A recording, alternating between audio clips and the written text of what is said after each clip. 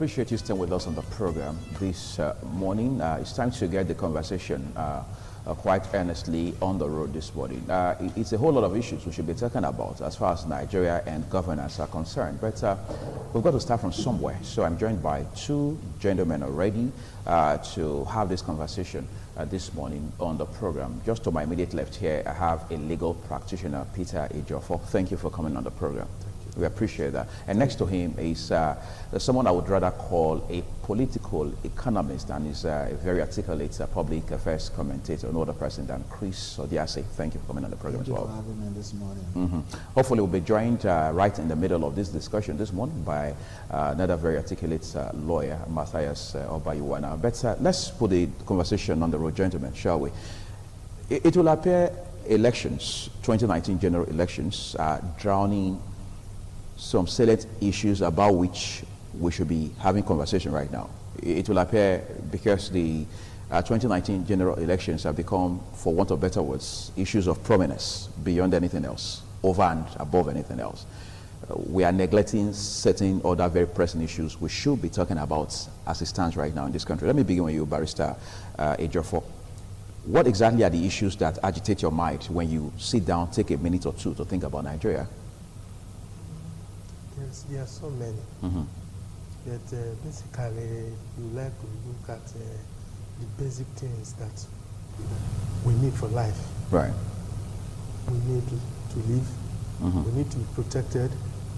We need the dignity of human person. We need to be respected. We need the freedom of expression, freedom of movement. And we have to be assured that the government can do these basic things for the common man. Right. And that has been so challenging in recent times. I wouldn't know what problems the government is confronted with, but if we go by the promises they've made prior to their coming, what would have expected that we would have been seeing a roadmap and a direction towards that road, Right. so that at least we could attend these basic things. Basic necessities of life are becoming very challenging to the average Nigerian person. Even for those who are working class, it's equally challenging. And that is where we find ourselves today. That's interesting. We're just going to push this conversation with you two, and of course we'll be joined by a third guest in no distant time. But we just want to quickly take a break, and we're back shortly to continue this conversation on the program. TMI, every opinion counts. Incidentally, I have a third guest on the program this morning, Barrister Matthias Obayuwana. Thank you for coming. We do appreciate it. you. Compliments of the season, by the way. Good to see you. Let's just quickly give you a chance to lend your voice to this conversation we're having. 2018, in a manner of speaking, has been very eventful, for good or for bad. What's your assessment in summary? Well, the year 2018 has been a very exciting one, let me use the word. In the sense that the anti-corruption crusade, Right.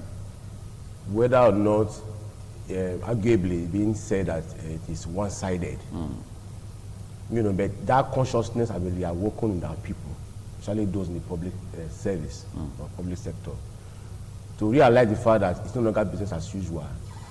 You know, you cannot just steal from the public coffers and go scot-free. Okay. The cries have been that there should be even spread of that crusade in such a way that do not, you know, only one part as against the other.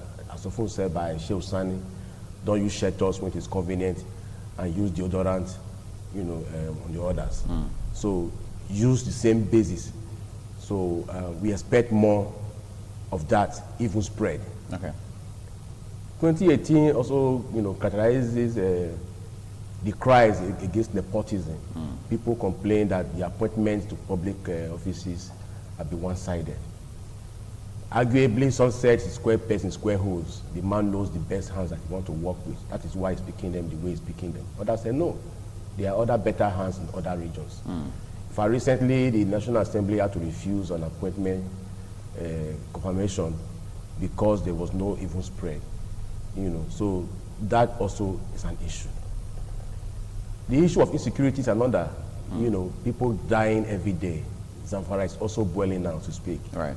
And even Mr. President made mention of that fact that a number of unnecessary deaths, happened in 2018. So we need to look into all of that. Why is that so, and why that shouldn't be in the forthcoming year? Issue of economy, the nosedive of the economy. You can see that a number of young economy businesses, have crippled due to lack of power. High cost of living. Standard of living is low. The cost of living is high. The staffers, or those in the labor force, are calling for increase in minimum wage. It is being debated here and there, and so they are still looking at it as we speak. Minimum wage has not been increased. The cost of living is very high. Standard of living is very, very low. So for economy, that has been very, very excruciating. People are also looking into all of that. Why is it so? Whether it is the price of oil now, whatever is causing it. A lot of recovery of stolen wealth, and yet we hear of borrowed funds to run the economy. So where are the money being recovered? Mr. President has asked them to account for all the money recovered so far. We're here to hear from anyone how much has been recovered and how much we really have to run our budget. Why do we recover so much money from people who have stolen from us, the national wealth, and yet they're borrowing money to run the economy? So it's another serious issue. The issue of BADC. People are complaining that they are doing celebration in the dark. Why are we paying for darkness? Why are we not receiving, electricity as expected? The Minister of Power, I think Fashola, has complained that the reason for that was that the previous government sold BDC to people who were not equipped enough to run it, the electricity distribution department, or whatever you call it, organizations. They sold them out to those who don't have the means to run it, and that the contract that we enter into were irrevocable. So if you have irrevocable contracts and people that you are giving the contractors are no longer performing very well, do we just remain and fold our hands and say government cannot do anything about it? And they say because the reason why they couldn't do much about it because they made the contract irrevocable, so Nigeria will continue to be helpless. Barrister Abayiwana, I'm going to take you up on that issue of irrevocability, as it were, of contracts or otherwise. Because you are a lawyer, obviously you have a substantial understanding of how contracts work. But before we do that, let me come to our political economist here. Nigeria has been dealing with economic issues. Of course, Barrister Abayiwana here has made an extensive reference to that fact. When we talk about revamping the economy, in practical terms, what exactly are we talking about? Well, Nigerian economy, right from its onset, has been a monocultural economy. Right. In the sense that we depend on oil, for sustenance. And when you talk about revamping an economy, you talk about looking at, possible alternatives, where opportunities for economic growth and development, can be tapped from. Like I said, we've been so dependent on oil that we lost our sense of national and economic value, in the sense that gray areas where lies economic potentials have not been fully unleashed by the government. So until we begin to source for alternatives, various economic potentials, I don't think Nigeria will get to its promised land. So when you talk about revamping the economy, you should look at other critical aspects of the economy apart from oil. Talk about agriculture, talk about, businesses, small and medium scale enterprises, the SMEs, look at entertainment, look at the information communication technology, the ICT. Nigeria has not benefited much, from that particular sector. That's ICT? Yes, ICT. ICT can create over 10 million jobs if fully harnessed. Why are we not looking in that direction? Because there's lack of techno will by the government of the state. The Nigerian government is so big and they lack the techno will, to develop economic potentials that will chart Nigeria on the path of sustainable. It's a bit scary, or at least it raises concern when you look at the price of oil today, which we're told, as it stands right now, has sagged all the way from about all the way from $70 just in October to $50 now. Incidentally, and sadly so, the 2019 budget is assumed is benchmarked against $60. That's the projection, $60 per barrel. But now it's for $50. That already raises concerns for people who follow the economy and those who have a handle on budgetary issues. But going forward about economic issues, for example, would you say overall the economy is doing better today as against maybe some 2, 3, 4 years ago? Well, it is difficult to say categorically that the economy is doing better. You look at the indices, you know, of a better economy, and you know that Nigeria has not really fared well. Like I said, we need to diversify. You know, when you run a budget, that is on borrowing, actually no country can, you know, develop. And look at the turbulence in the oil markets. Right. You see now, you find out that if Nigeria as a country do not diversify, we always have this economic problem. You understand? When people talk about diversification, some even economic experts have said it is neither here nor there. In fact, a lot of them have come to place substantial emphasis on model. They say until Nigeria gets it right with model, economic model that is, and then real-time, realistic, kind of area-specific policies. We shouldn't look at American policies, UK policies. We should look at policies that are friendly with the uniqueness of our environment. Then there's little or nothing we can accomplish as far as the economy is concerned. So how do we get it right with economic model for Nigeria? First of all, if you talk about the economic model, you must look at, you know, the internal mechanisms of the system. Countries like China, Japan, that are at enviable heights today, they have mechanisms in place. That is where the world model comes into place. So not until we begin to look at, you know, the internal mechanism, the opportunities, that when we talk about models now, the opportunities, what can you produce? Are you competitive enough? You know, a country that cannot feed its population, you know, has a problem.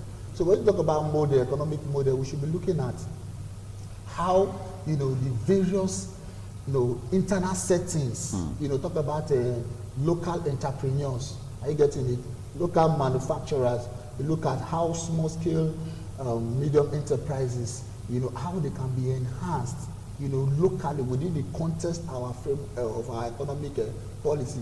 If these sectors are not being harnessed, I think Nigeria will have that problem. So when you talk about the model, we should look inward.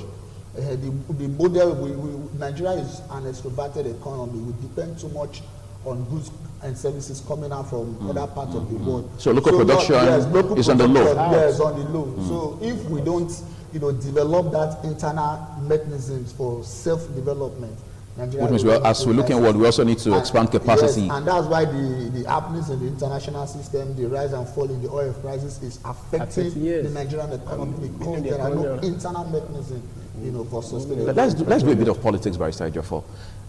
2018 has seen Nigerian politics in big time. I mean, from party primaries to some by-elections here and there across this country. As it stands right now, can we categorically say that we've been able to distinguish between politicking and governance? Because we understand there's a clear distinction between both. I think we have mixed both. Is that a good thing or a bad thing?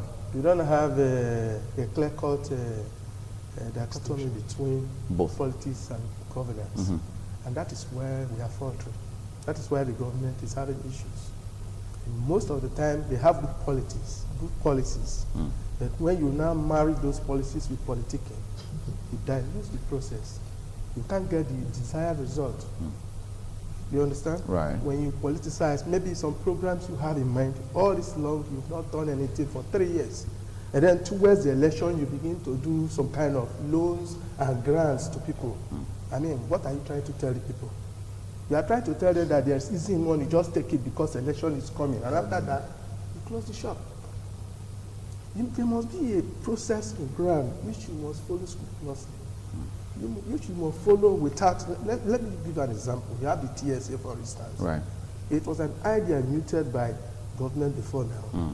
They put it into practice gradually, and this government came in and keyed into it, and they are implementing. Though we still have issues with transparency as far as TSA is concerned, but then they have keyed into it. That is how government works. You don't just wait for election period and you begin to bring in certain programs that are strange to people all of a sudden. Strange as they may be, but they are good, aren't they? Because you are not differentiating between governance, good governance, and politics. You have politicized the process. So whatever comes out of it might not be quite right. It might not suit the need of the people because you have ulterior motive. That is why you are bringing that program. Like what you see our vice president do now. That's what I want to say. From one state to the other, dashing out money. But Professor Oshibajo, how can you explain he has also come out to say it's not politics, that the whole idea is to encourage these traders to do a little more, to do a little more. What are we having a problem with? Is it the timeliness of the disbursements or the initiative altogether? Which of them are we uncomfortable with? Why is it coming now? There is this haste to actually show the people that the government is on their side. They want to do things to favor them. But you know, the motive is to make the people to have attention, give the government attention and say, this government is trying. That is the motive. Let's talk about something else, and let's look at the anti-corruption war and the anti-graft fights as we have come to know it. Just at the vice presidential candidates debate recently, former Governor Peter Obi had said on live television that you can't close shop and pursue criminals. Yes. You can do both side by side. You can run your shop while chasing criminals. Yes. How that is going to work, we probably don't know, but he said it's possible. Yes. Then conversely, the vice president of the country, Professor Yemi Osinbajo, said that if you're not careful, in the end you could lose, you may end up not having a shop at all if you don't deal with the criminal robbing your shop. How do we strike a balance with these weighty submissions of these two gentlemen? We are living in this world, and we know how other countries operate, right? How their economy and their laws operate. Do they close shop? Do they close their economy because they want to fight corruption? Is that what China does? The reforms you see in China goes pari passu with the reforms of their law. They implement all along the same line. So you cannot forgo one, and begin to pursue the other. And in any case, people have been criticizing the anti-corruption process, that it has been lopsided against certain persons. Just as Barrister Bayowana alluded to a while ago. Okay, we are making little progress somehow, but we can be holistic. But there's progress at all. Do we agree there's progress at all? That is the same thing we are talking about. Okay. When you have some policies and you begin to enmesh those policies with politics, you have problem. When you set a rule, let it be for all, irrespective of whose horse is called. Let the person go in for it. When you do that, everybody will sit up. But here you have in a country where a former secretary to the federal government of Nigeria was indicted for an offense. Even the vice president was to be the head of the panel, and he came up with a report and nothing happened to today. And the man keeps visiting Aso Rock. What are we talking about? I've used deodorant for him. You have but it was not bad from coming to Aso Rock. I used deodorant for him. Has he been prosecuted? They would have used shelters. Has he been prosecuted? What of the other former director in charge of pensions? Okay. What has happened to him? Have you heard anything yet? This is a man that was prosecuted and then found guilty by a court in Nigeria. He ran to Dubai and they brought him back and reinstated him and paid him his arrears. What are we talking? Which signals are we sending to the outside world and to even Nigerians? I understand your passion. I guess that's because you're a lawyer. But let me come to your colleague here too now. Barrister Bayowana, you are a lawyer, obviously.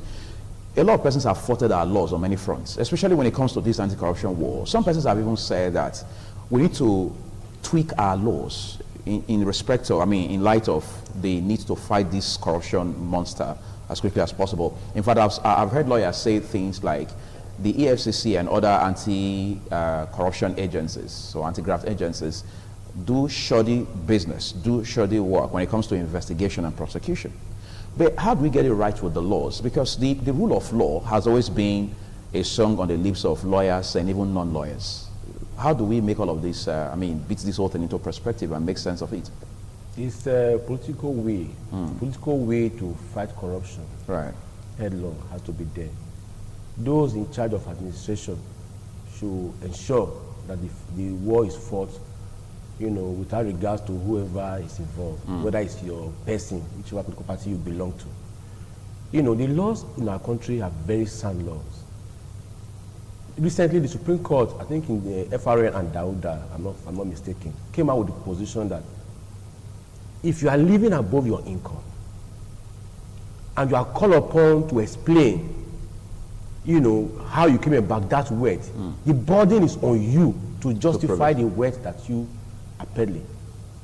You find our young men these days riding exotic cars, and you don't find out what they are doing for a living. The rise in so-called Yahoo and Yahoo Plus, and the plus ritualism and whatever you call it, coming into play. How can a young man be riding an exotic car? He has no means of livelihood. He has no business that is running. He has no particular employment that he's doing. Even if you have a particular business now, some of them even set up a business as a front. You look at the history. When did you set up this business? How much could you have gotten? What was the average revenue? Exactly. From one period to the other period to enable you to acquire the kind of wealth that you are peddling.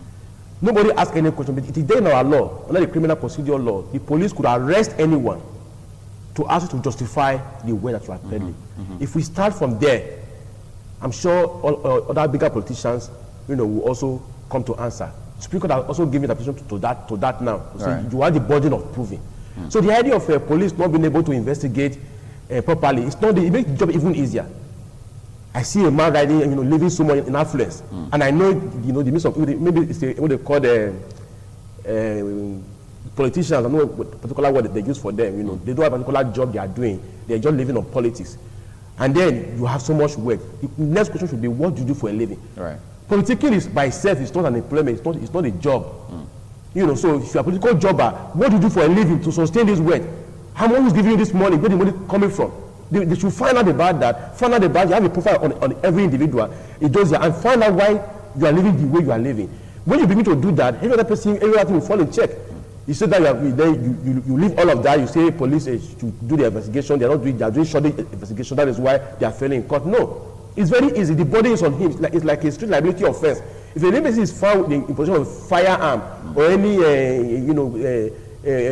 product, contraband product, and they find it on you, you should explain how you came in possession of that. Right. Finding those things on you alone is sufficient. That's why I'm happy the way they won't handle when they started with judicial officer, even though the manner in which they went about it was wrong. With a petition to the National Judicial Council, and then the query will be issued against the judicial officer, and then a trial, will be taking all of that before discipline. But they went in a manner at night time, burst into people's homes, begin to arrest them and say, okay, they found money with you and all of that. If you find information, there are better ways, civilized way of doing that. But law enforcement said they didn't want the evidence compromised. That's why they had to adopt the approach. Evidence compromise. How many of them were convicted that they took to court in that wise? Except those that the NJC had to do their investigation based on petition that they received, do their investigation upon, so if they actually find you guilty. Some of them, they found some judicial officers carry out businesses outside of the paid job that they have already undertaken. Right. Those ones were disciplined. Others who they discovered that the money came to their account by some other sources that ought not to have been, who could not explain how that money came in, they were disciplined. Though they burst into their homes and begin to arrest them and seize things, how many of them were convicted in court? So there are civilized ways of doing things.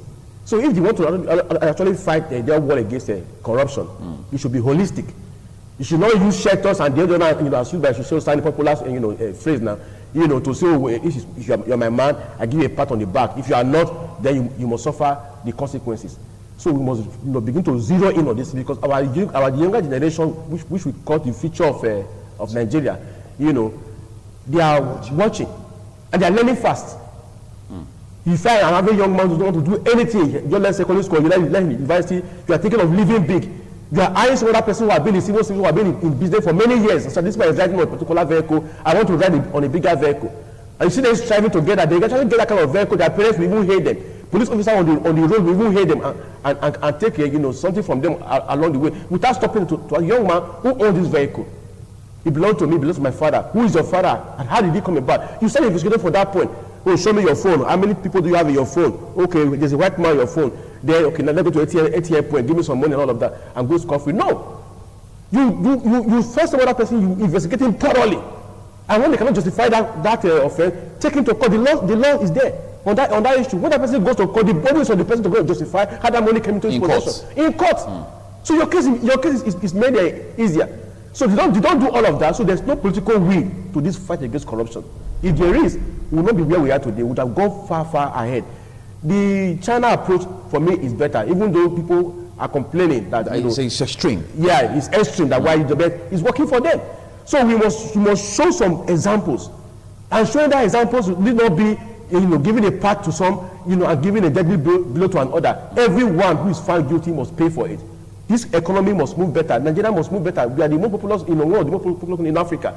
And if the way we are carrying on, it's often said there was a preacher who said that if we have to do businesses, the market is here in this country. Whatever we want to do, the market is here in this country. Why are those things not thriving? We are still carrying our oil abroad to go and refine and selling it to our people. Why can we not build refineries? Why are we still doing this the old way? Why we leave the agro economy, to the petroleum industry that is even now failing? Many of the economy are not driving their fuel, without using petroleum.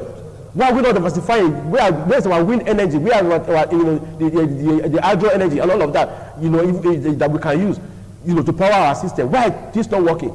Like the issue of this BDC or whatever electricity network I talked about earlier. If you assign a contract to say, look, I will distribute power to the people, and you're not doing your part well.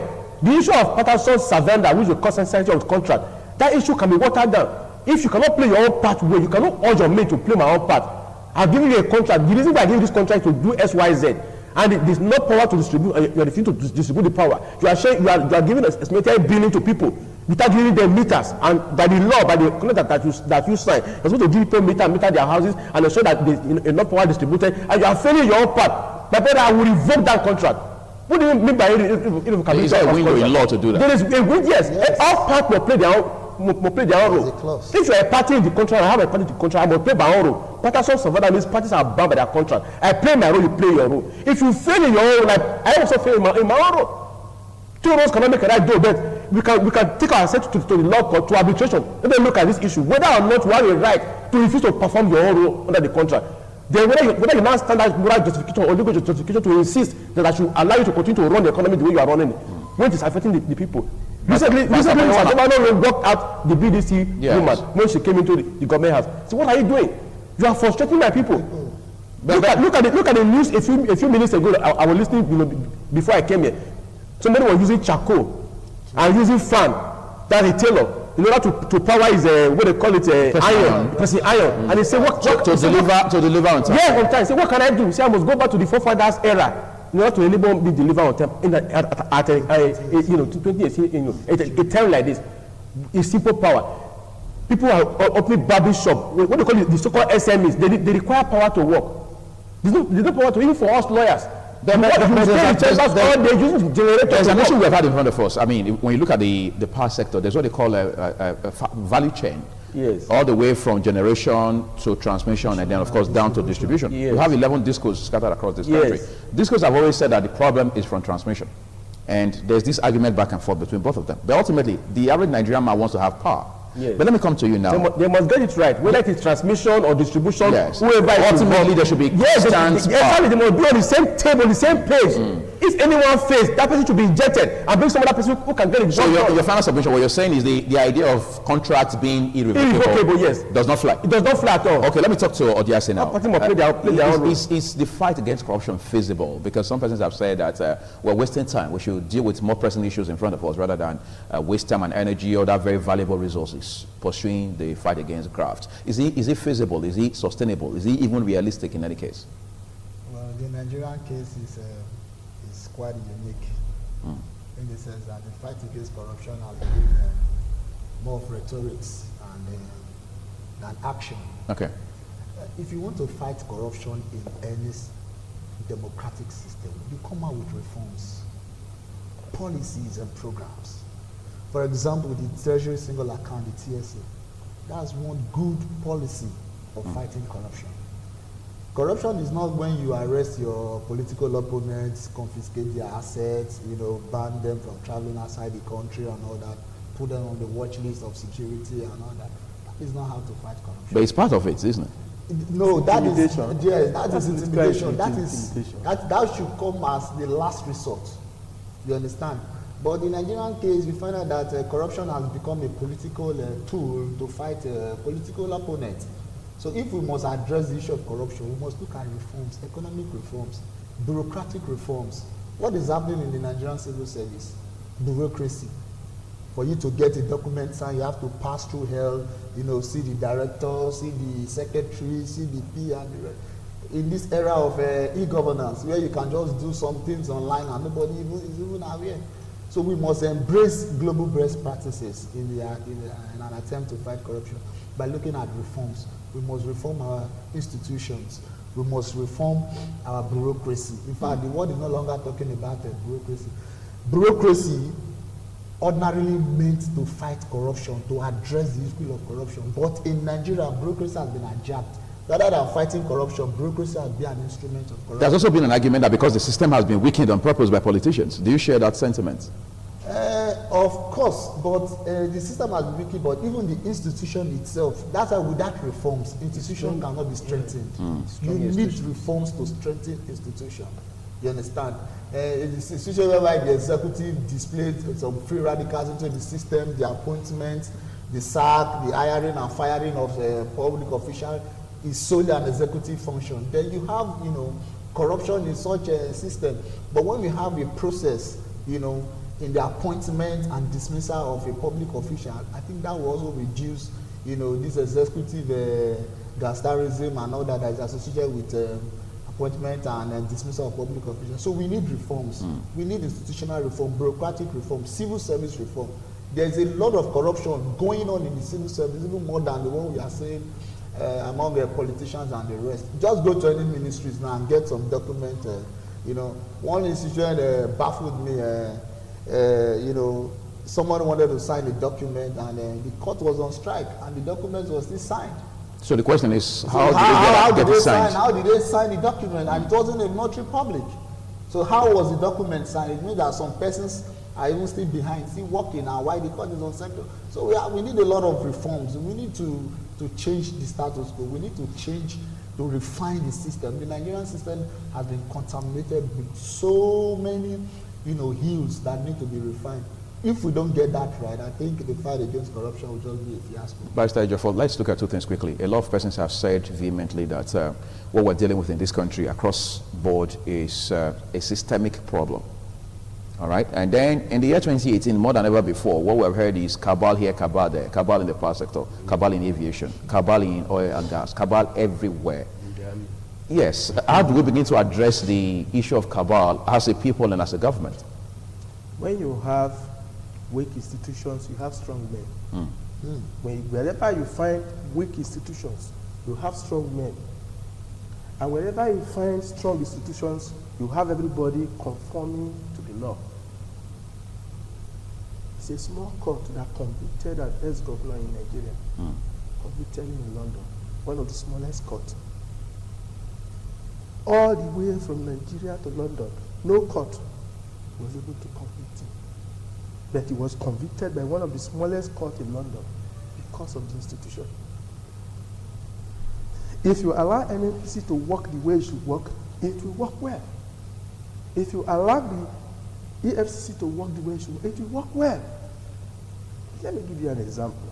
Take the Bureau, the Bureau of Public Statistics of public National Bureau of Statistics. National Bureau of Statistics. Take that one for instance.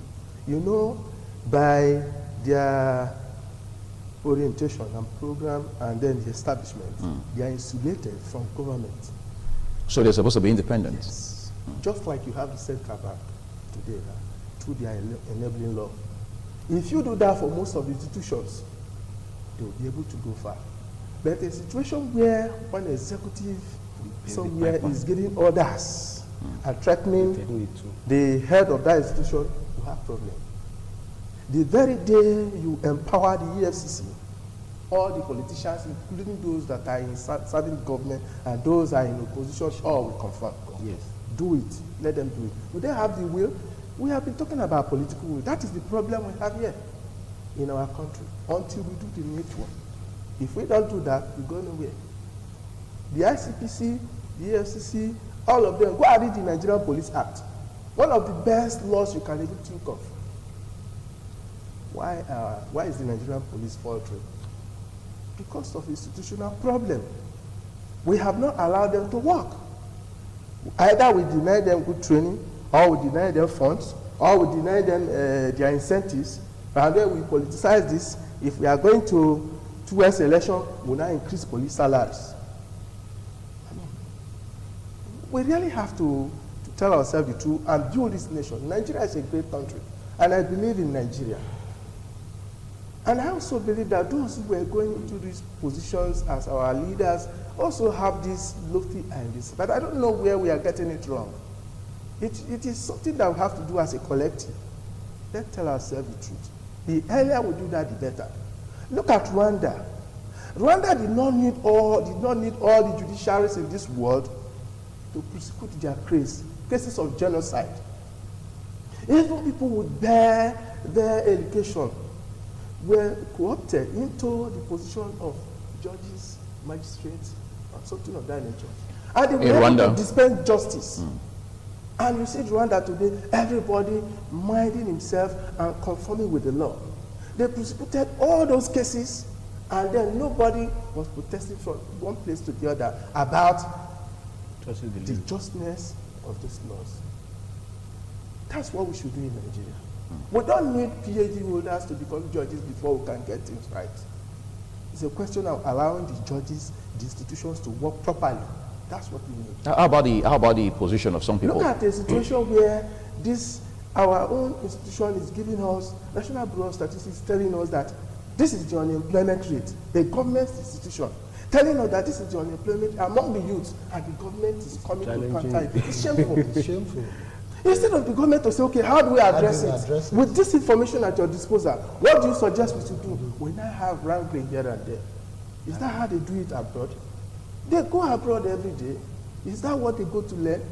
Is that why we put them there? We put them there not to squabble among themselves, but to get things right. That's it.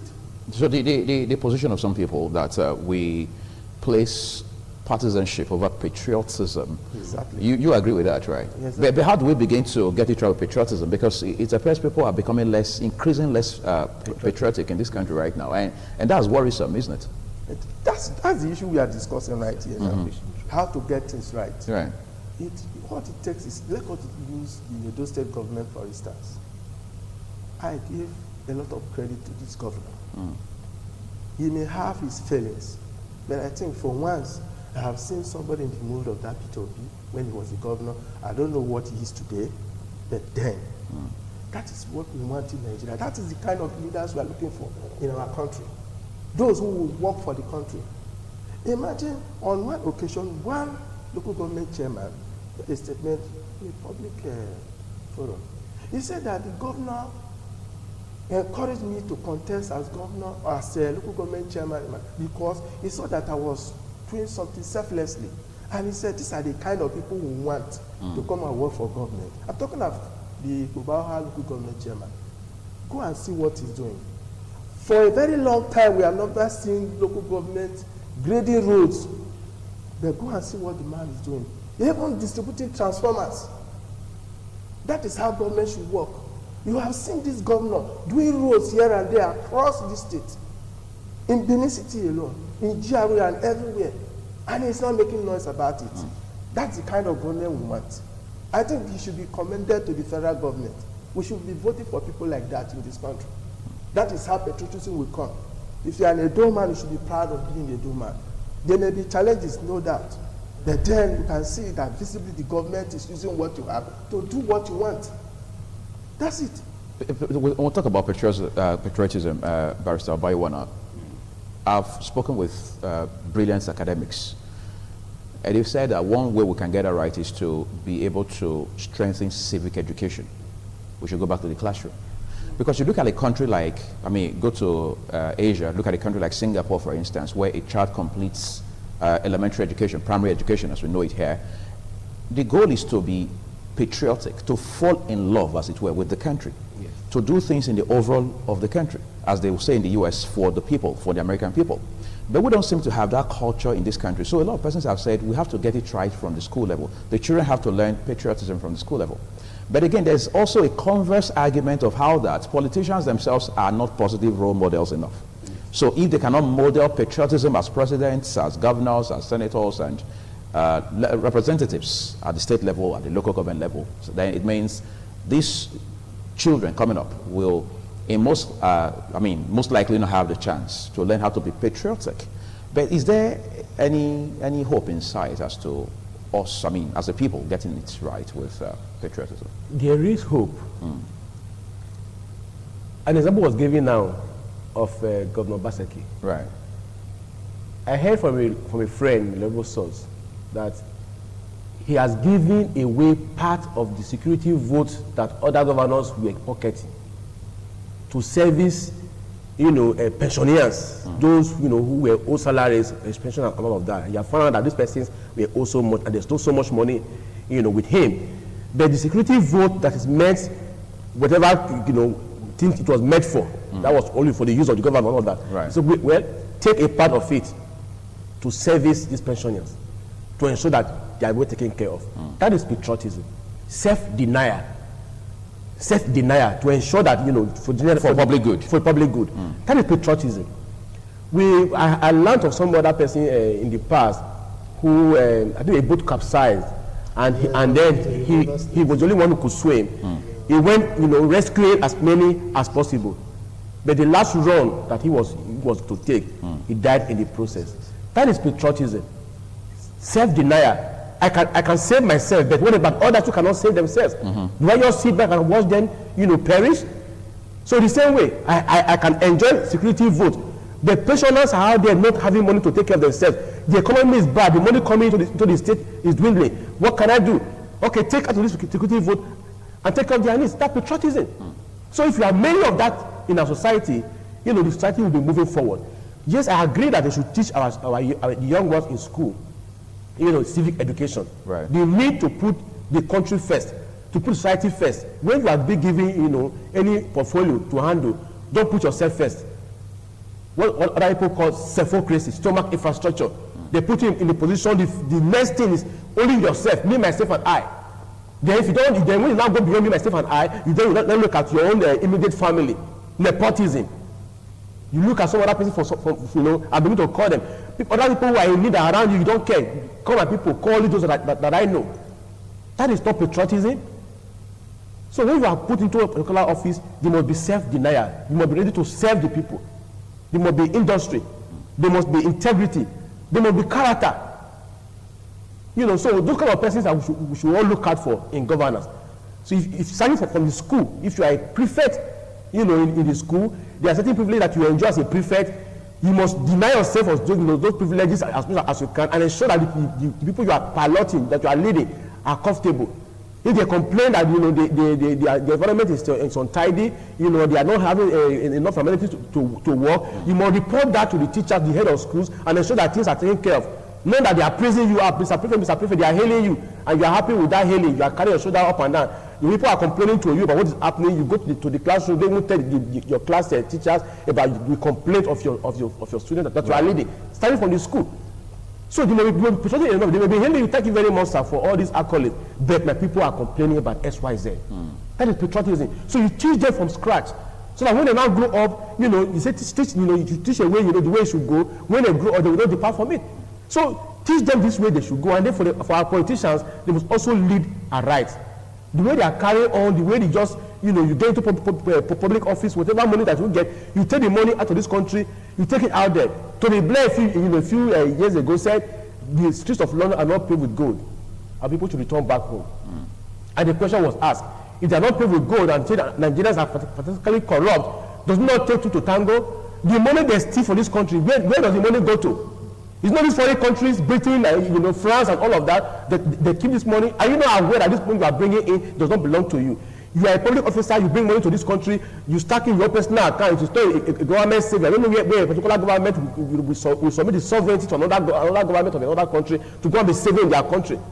If you're a public officer, you bring so much money to my country, they should flag that person, report that person back to the country, report that fund immediately, and the person will be prosecuted. Then you keep the money in your country. Use the money to develop your own country. At the end, Nigeria is impoverished, and people are now complaining. They are now moving to your country to forget that person. Say, go back to your country. Still, London and not people go. We work hard for it. Nigerians are particularly corrupt. Meanwhile, you are part of the corruption.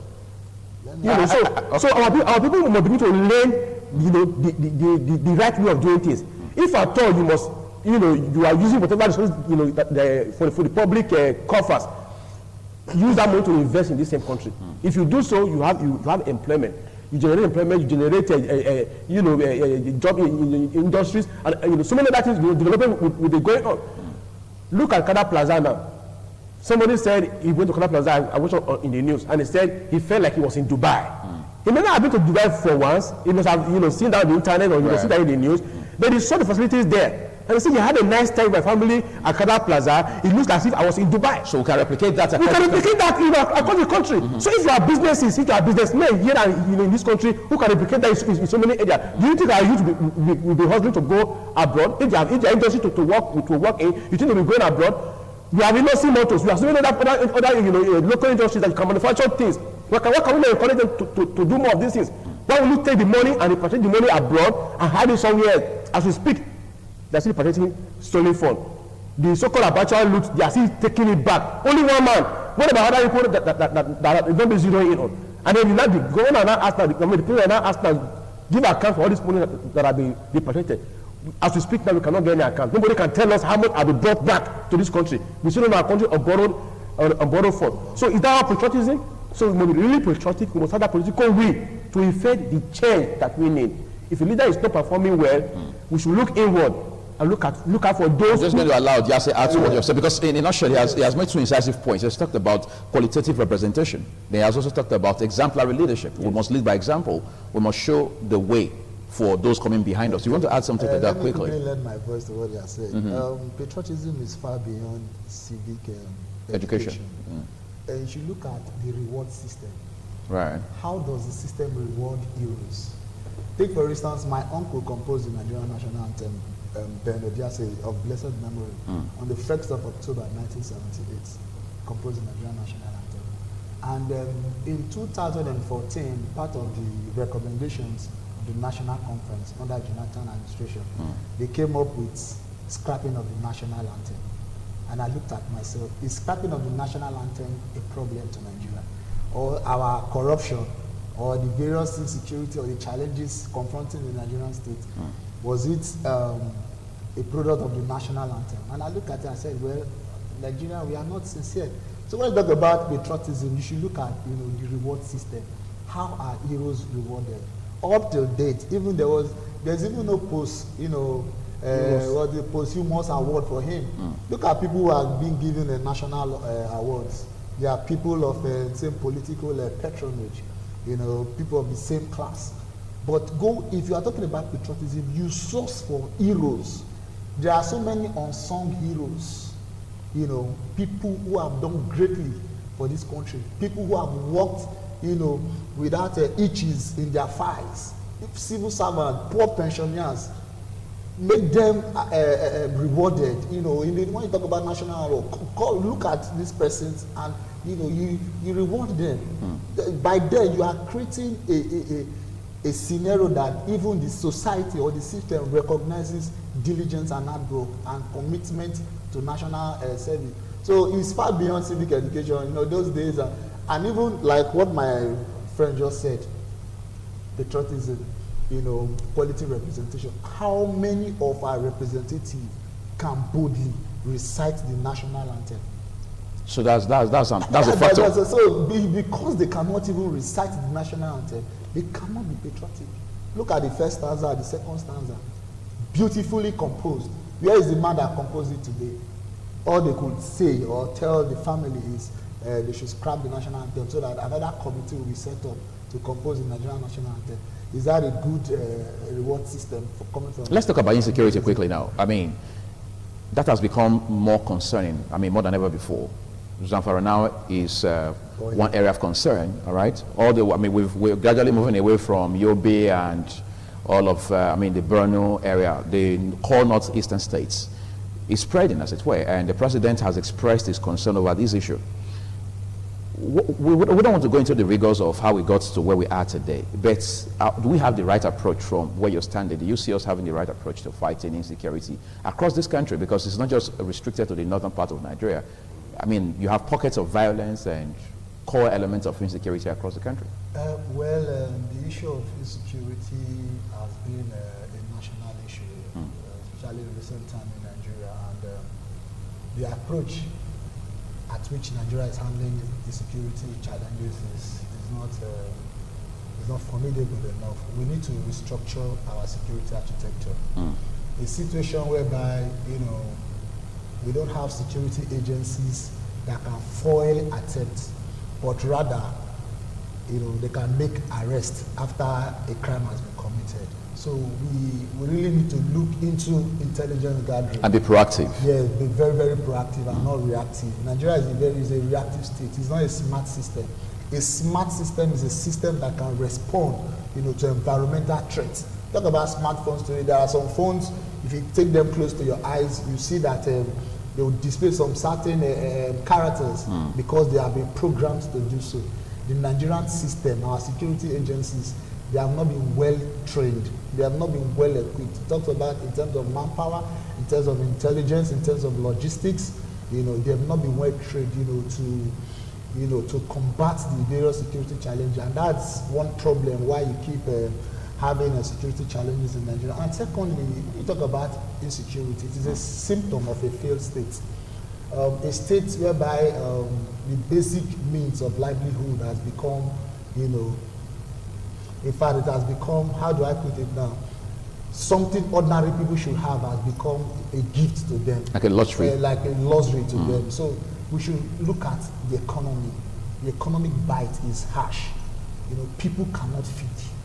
The basic necessities of life. In fact, one of these pastors said something that what Nigerians are clamoring for is the basic necessities.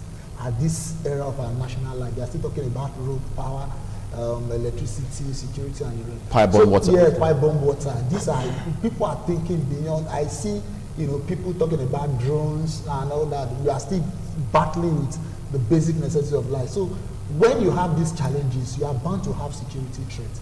So not until government address this social distance between the government and the people. I serve in Zamfara State, in Safi, and the place is not, is hell, all through my stay. In fact, I even have to, make some move to come back to this other part of the region because of the weather, the people, the level of development. You find it difficult to access network, no good road, poverty and the rest. So when you have all these together, you are bound to have security threats. So not until we begin to address the basic necessities, the social amenities, we begin to have security threats. And I want to say this finally. The money the Nigerian government have spent in tackling security is even far more than the money needed to provide these basic necessities. So not until government realize that it is even more expensive to tackle security than the provision of basic amenities that is capable of foiling security. Not until we get it right from that approach, we keep having. It's not only Zamfara, and I heard on news this morning that even it will affect, food security. Because even the federal government is saying that already. It's saying that because some of these communities, they are food-producing communities. Right. You understand? Look at what is happening in Benue, in Plateau, Benue that is known as the food basket of the nation. Look at what is happening.